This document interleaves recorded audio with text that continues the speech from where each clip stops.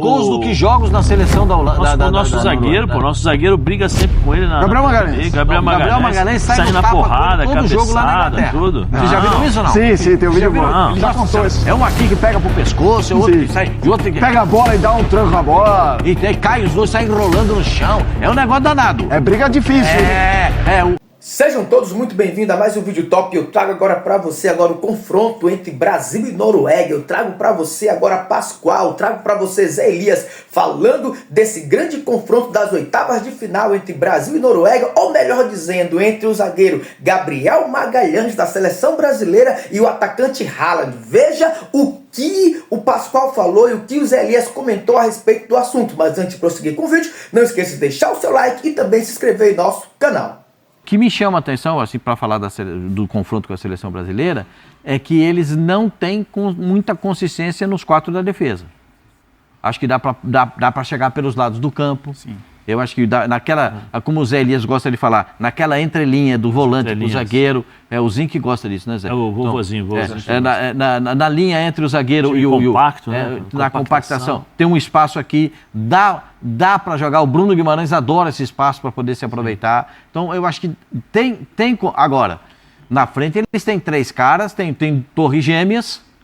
O Bob só não é titular porque ele teve uma fratura. E senão ele seria o ponta direito e o Nusso o ponta esquerda. Aí ele adaptou o Solot para fazer essa função, como você falou, duas torres gêmeas, mais o Solot jogando mais como ponta direita. Douglas Santos pode se consagrar nessa Copa do Mundo. Vamos só ouvir os caras, porque temos os noruegueses pra gente ouvir. Mais gols do que jogos na seleção da Holanda. O nosso zagueiro briga sempre com ele na Gabriel Magalhães. Gabriel Magalhães sai na porrada, todo jogo lá na cabeçada, Inglaterra. tudo. Vocês já viram isso ou não? Sim, tem um vídeo bom. Ele já contou isso. É um aqui que pega pro pescoço, é outro que sai, e outro que Pega a bola e dá um tranco na bola. e cai, os dois saem rolando no chão. É um negócio danado. É briga difícil. É o UFC. Olha lá. Ó, vê se é mole, olha lá, ó. Aí não tem moleza pra ninguém. Porque é o seguinte, se você largar um jogador rápido do tanto que ele é, olha lá. Bom do jeito que ele é, e largar ele sozinho pra fazer... Muito bom. A pergunta é, quem queria estar na pele do Gabriel Magalhães? Olha lá a camisa, O Haaland é um desses fenômenos. O pai do Haaland foi lateral direito, né? Sim, o Roy Keane quebrou ele. Alf Haaland. Mas o Haaland, ele tem algumas características, porque os caras falam assim, o cara tem 2 metros de altura e não é rápido. Mentira. Ele é rápido. Se botar uma bola... Não, ele é muito rápido. Se você botar a bola para disputar já... com qualquer zagueiro brasileiro e com os volantes brasileiros, ele vai chegar na frente. Ele é muito rápido. Com o Gabriel não, com o Gabriel. O Gabriel não vai dar espaço pra ele, olha lá. O Gabriel vai dar uma juntada nele, Eu não sei nem se os dois vão acabar o jogo, né, Zé? Tem essa perspectiva. Eu não sei se eles acabam o jogo. Eu topo esse -1 aí. O Gabriel sabe que tem que parar o sujeito assim. E esses entreveiros aí dentro do campo, eles resolvem no campo. Isso é bom, Pascoal. Isso é bom. Resolvem lá dentro do campo. Levanta todo mundo ali. Já entra com aquela já. pressão, José, e vai pra cima. Mas só que é o seguinte... O quê? Eles também têm um time organizado. Tem. Eles têm um meia que o Brasil não tem. Eu sei, Odegaard. E o Brasil tá perdendo seus meias, o Pascoal. Perdeu o Paquetá. Você sabe quem tá chegando aqui para falar disso? Acho que a gente começa por essa questão do Paquetá. Zé, Pascoal, Elton e, claro, fiquem à vontade, Lili e Pedro também, o canal aberto para vocês. E aí? Eu sei que ontem, no programa com a participação do Zico, falamos sobre a questão do Martinelli ter sido uma opção durante o jogo, mas não sei se eu sou muito... receoso, mas eu iria com o Danilo. Sim, mas você tem que imaginar o que estava dizendo o Pedro, que o treinador da seleção brasileira, ele não é que ele seja taxativo naquilo, ele vai te levando a acreditar que ele vai fazer aquilo. Sim. Como é que o Rayan entrou? Porque o Rayan, entendeu? Entrou e fez a posição. Por 2 vezes ele já fez a mesma alteração. Eu sei. Entendeu? Não, e eu entendo isso, mas a minha questão é ele fez num segundo tempo, numa situação, não no minuto 0, e isso me faz imaginar que permite pelo menos uma certa reflexão. O Martinelli consegue, o que o treinador da seleção brasileira visualiza nesse caso? A recomposição rápida. O Matheus Cunha, ele pode fazer, mas ele não recompõe tão rápido quanto o Martinelli. Você vai dizer, o Danilo Santos recompõe. Puxa vida. O Danilo Santos, para quem não sabe, começou a carreira como ponta esquerda. Ele era ponta esquerda, depois passou para meia esquerda, foi contratado pelo Palmeiras, e no Palmeiras ele foi jogar de primeiro volante, segundo volante, depois, quando foi jogar no Botafogo. No Palmeiras também jogou de segundo volante. Então, ele pode fazer isso? Acho que o entendimento dele tático é capaz de dar essa solução. Mas o treinador da seleção brasileira tem dado uma demonstração de que o Martinelli é que ele já preparou para entrar na função do Paquetá. Ele tem dado esses sinais. E eu imagino que isso será repetido. Porque ele dá um sinal e repete a formulação. É o que eu gostaria de ver o Danilo Santos. Se você perguntar para mim, quem é o seu para entrar no lugar do Paquetá? Danilo Santos. O jogo é contra a Noruega, sabendo como é que os caras jogam, como é que eles são fortes, o Berg e o Berge no meio campo, a saída de bola com o Odegaard. Eu tenho que ter todo esse entendimento, saber que ele pode ter velocidade para acompanhar os jogadores de ataque, que são jogadores com muita força, com muita velocidade. Eu tenho que ter um entendimento global. Mas eu sei que o treinador da seleção brasileira pensa no Martinelli. Sim. E é isso que ele deve fazer. O encaixe, inclusive, de jogo contra a Noruega pede o Martinelli. Porque a gente falou agora há pouco aqui, quem é o ponta-direita da Noruega é o Solot. Você ter um jogador que faz essa função de ponta-esquerda, que pode dobrar com o Vinícius Júnior, ou que pode fazer uma triangulação com o Douglas Santos, ou com o próprio Matheus Cunha, que no Manchester United joga como meio aberto pela esquerda, você tem a possibilidade de explorar, talvez, a fragilidade defensiva da Noruega. E o Martinelli, ele, quando entrou, inclusive nesse jogo contra o Japão, muitas vezes ele ocupava o espaço que o Gabriel Magalhães estava ocupando. A gente lembra que no segundo tempo o Gabriel Magalhães era o armador, quase fez o cruzamento para o gol do Casemiro, fez o outro cruzamento que o Ryan cabeceou em cima da defesa. E ele tem essa facilidade de trocar de posição com um atacante pela esquerda, que será o Vinícius Júnior. Aí seria esse 4-4-2 mesmo com o Vinícius Júnior próximo do Matheus Cunha e você tendo o Martinelli trocando de posição. Eu acho, até pensando no adversário, não estou pensando na sequência da Copa do Mundo, que agora é jogo a jogo, né? Perdeu, tá fora. Pensando no encaixe de jogo, pensando no encaixe de jogo, acho que o Martinelli é o cara ideal para isso. O Odegaard, que conhece muito bem o Martinelli, obviamente, mas conhece muito bem a dupla de volantes da seleção brasileira, porque se enfrentam muito na Premier League. Se enfrentavam porque o Casemiro está saindo, né? Mas o Bruno Guimarães que é um jogador que, inclusive, pode ser companheiro dele na próxima temporada, porque o Arsenal tem interesse no Bruno Guimarães.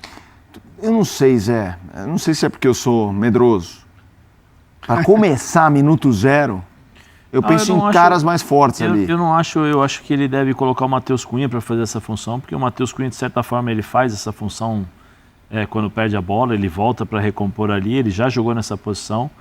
Quando entra o Endrick, era ele que estava fazendo essa função. No lugar do Paquetá, ele estava fazendo essa função.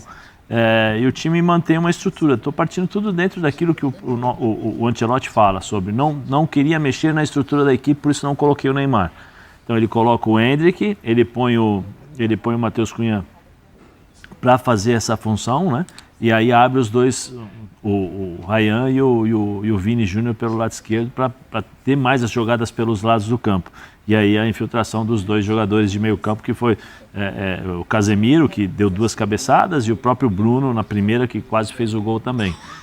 Eu não sei, eu confesso que eu não sei ainda, eu preciso dar uma estudada aí, porque passou na minha cabeça talvez o Endrick, mantenha uma estrutura, põe o Endrick ali, ou, vocês podem até me chamar de meio de maluco, mas o Igor Thiago para brigar com os zagueiros, porque os zagueiros são altos, né, e empurrar esse time da Noruega para dentro da área. Eu não sei, porque é um time muito físico, né? O Brasil, em termos de estatura, na frente é um time muito baixo. Eu não sei como é que funciona isso em relação a brigar, segurar a bola para o time poder chegar. Depende também da estratégia utilizada. Vamos supor vamos imaginando, né, como que a Noruega vai jogar igual o Japão. Porque o jogo do Japão ajudou o Ancelotti a colocar o Martinelli. Porque o Martinelli não teve função nenhuma de marcação. O Japão estava inteirinho dentro da área e o Martinelli estava sem função nenhuma. Então ele entrava toda hora ali na área para finalizar.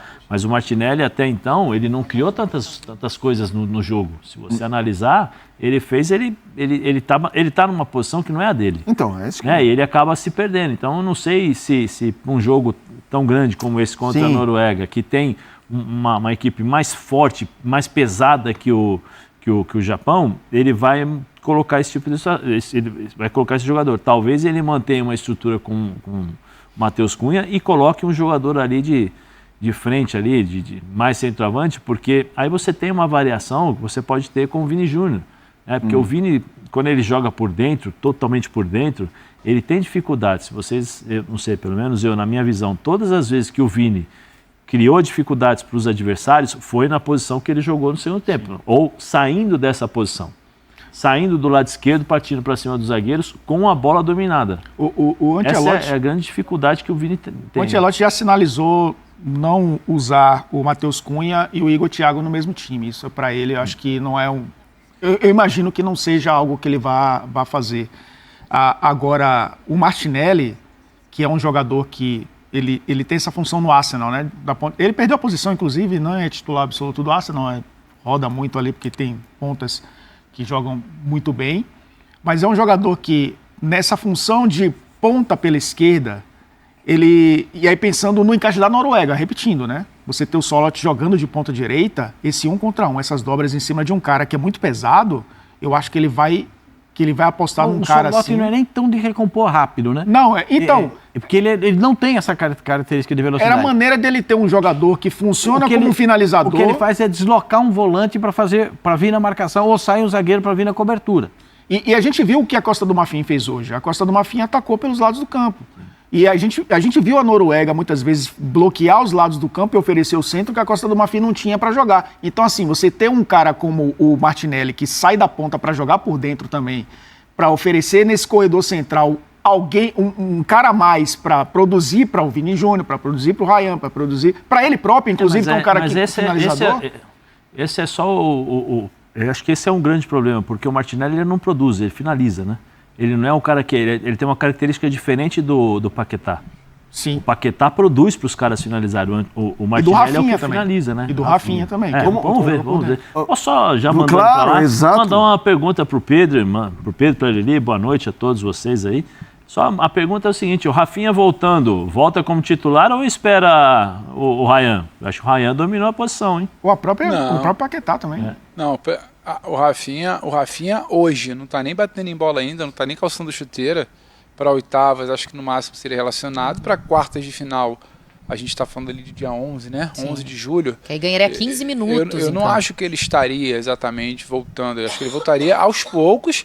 E essa cautela, essa calma da seleção tem mais a ver com ter o Ryan por ali, ter outras opções e não necessariamente só tem o Rafinha naquele corredor, só tem ele para jogar por ali. Acho que seria uma volta um pouco mais cautelosa, Zé. Não imagino o Rafinha chegando para tirar alguém, jogar 45, 60, 70 minutos não, né, Lili? Exato, porque ele voltaria ganhando uma minutagem. O Rafinha saiu do time, o time melhorou, cara. Ele, o Paquetá, o time melhorou. Não tem que voltar nada aí. É banco e eu ficar assistindo mesmo do banco, não tem que fazer. Que o Ancelotti conseguiu encontrar uma solução. E a gente está falando de quarta lesão do Rafinha, na mesma região do corpo. Então não é para voltar esticando muito. Havia né? Inclusive, uma resistência da turma do Barcelona de que ele tivesse que voltar tão rápido, tivesse que ficar na Copa para tratar.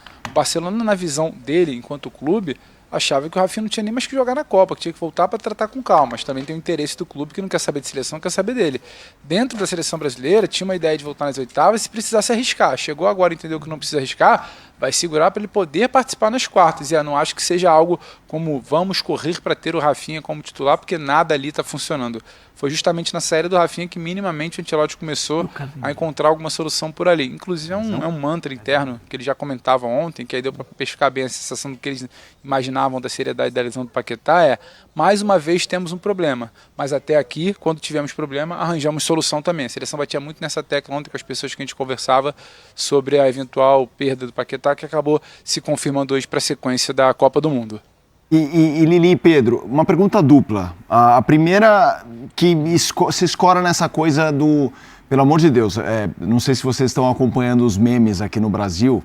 Aqui no Brasil, no intervalo, todo mundo... Rapaz, confesso que a gente tem um pouco de dificuldade. Às vezes a gente acha que a gente está um pouco perdido. Estão falando isso. Pô, esse jogo eu não vi. Não, o meme Agora é assim. eu estava brincando com a Lili, mas até para dar uma noção, porque às vezes também, para a gente não passar de desinformado, eu estava brincando com a Lili. A gente chega ontem muito tarde de pós-jogo, acorda hoje muito cedo, deixa o hotel, pega um avião, pega uma estrada. Aqui não é exatamente perto do aeroporto de Nova York ou Nova Jersey, ali em Newark. É exatamente um pouco uma região bem interior, assim. Então a gente precisa chegar. Então quando a gente chega aqui, a França, foi o que a conexão permitia assistir. Sim, a Noruega, a gente estava dentro do avião, vai vendo um pouquinho. Daqui a pouco, pelo menos, a gente ficou sabendo que o México e o Equador vai ser um pouquinho mais tarde, vai dar para assistir alguma coisinha. Então. E aí acaba que necessariamente também isso corre em paralelo com as repercussões. Alguns memes a gente acaba ficando um pouquinho para trás aqui, Felipe, mas traz pra gente. Não. Conta pra gente aí. O meme é basicamente assim, o Ancelotti... O meme não é esse, mas o Ancelotti tem um plano e a gente tem que... Se a gente virar meme, avisa também. Não, é sobre o Ancelotti.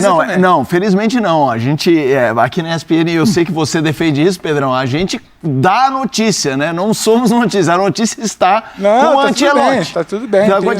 O meme é essa coisa do... No Brasil, todo mundo no intervalo teria tirado o Casemiro e quando colocaram o Martinelli, é Martinelli. E deu certo, então o meme é mais ou menos assim. Por isso que ele ganhou 5 Champions e eu vou acordar às 6 da manhã. Mas por que que eu tô te perguntando? Total. Aqui no Brasil já tá todo mundo assim, eu vou te falar quando eu lembro disso. Sabe quando eu lembro disso rapidinho? Lá em março, a gente tem que fazer aquelas listas e tentar trazer uma impressão da comissão, uma apuração. A gente falava assim, Martinelli é um nome já garantido na lista. Sim. Não, isso é absurdo, deve estar errado. Como assim? Não. O Ancelotti confia muito no Martinelli. O Martinelli está garantido na lista.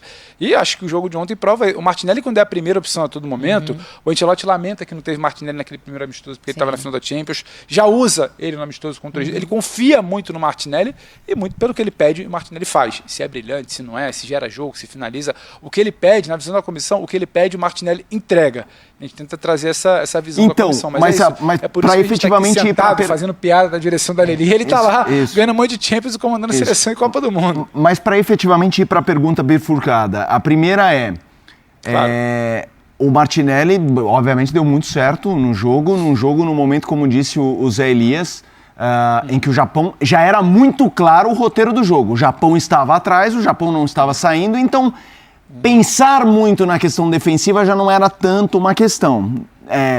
Quanto um jogo no minuto 0 contra uma equipe que tem ofensivamente peças muito fortes, pode fazê-lo pensar do Martinelli não ser uma opção, aí obviamente, os caras estão de folga, né? O jogo nem virou tanto a chavinha assim para a Noruega, para vocês terem essa percepção de treino que ainda nem teve. É mais opinião mesmo, não é nem muita informação que vocês acham disso. E hoje o time do Brasil é o que está sendo escalado e não tem uma discussão assim de... Dependendo do adversário, pode mudar A, B ou C. Não, o time é esse, independentemente do adversário. Caso alguém se lesione ou esteja suspenso, aí que muda. Eu vou pegar uma resposta do Elton, Lili. Sim. E eu acho que ele é muito feliz quando ele fala, a gente está num momento de Copa do Mundo que não é mais agora montar para a sequência dos próximos jogos, é montar para o próximo jogo, pode ser o último. Não adianta querer pensar lá na final se você não resolver o seu problema aqui contra a Noruega. Então são duas questões. Uma é um pouco de informação do que a gente vê do dia a dia. O time do Brasil é esse. Quem poderia ser contestado ali, que é um Casemiro, Casemiro não é um cara que o Ancelotti vai abrir mão. E tem alguns recados silenciosos. Se vocês pegarem a rede social do Ancelotti hoje, o post que ele faz hoje para celebrar a vitória de ontem, ele abre com uma foto do Casemiro. Aquilo ali... É um recado silencioso. Tá todo mundo falando, eu tô aqui com esse cara. Ele é meu líder, ele tá aqui, ele fez o gol. Então, tem recados silenciosos. Não acho que seja o Casemiro um cara que ele vai sacar de titularidade. No segundo momento que você pergunta ali da escalação, eu acho que a gente ainda está falando de um feeling, de um conhecimento. Eu acho que o Danilo poderia ser uma opção.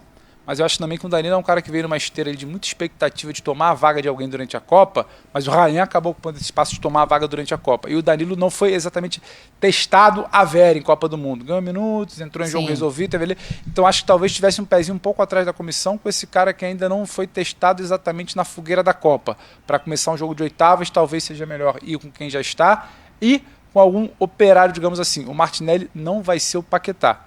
Mas dentro de uma nova ideia de mudar de ocupação, talvez o Martinelli, sendo um bom soldado, digamos assim, do que o Ancelotti sempre pede, ele pode cumprir o que se pede, que é baixar pela esquerda, dificultar a corrida por ali. Agora precisa pensar também Martinelli sem bola, como que ele recompõe, como que ele libera o Vini. E o Ancelotti fala isso ontem em coletiva. Um frescor do Martinelli para recompor e para liberar um pouco mais o Vinícius. Então ele pensa também nesse Martinelli que recompõe bem, solta um pouco mais o Vini. E o Martinelli por dentro, que joga o Vini para fora. E se tiver que Martinelli abrir para o Vini por dentro, ele também faz. Então acho que dentro do que se pede de hierarquia... Zé Elias e também o Pascoal falaram aí como parar o Haaland, né? Você viu aí a turma da ESPN comentando a respeito desse grande confronto, das oitavas de final. E senhores, vamos ser honestos, vamos ser sinceros, entendeu? A gente tá com medo da Noruega? Não.